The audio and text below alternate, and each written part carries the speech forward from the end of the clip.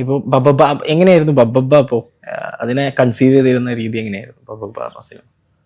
ബബ്ബ ഒരു fun movie ആയിട്ടാണ് ആദ്യം സ്ക്രിപ്റ്റ് വായിച്ചപ്പോൾ, ഒരു കോമഡി പടമാണ്. എന്നാൽ സ്ഥിരം ക്ലീഷ പരിപാടികളൊന്നും ഇല്ലാതെ വേറൊരു സ്പേസിൽ പറയാം എന്നുള്ള രീതിയിലായിരുന്നു പോയിരുന്നത്.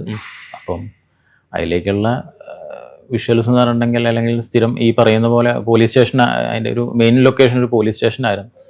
അതേപോലെ ഒരു ഹൈഡ് ഔട്ട് ഏരിയ ഉണ്ടായിരുന്നു.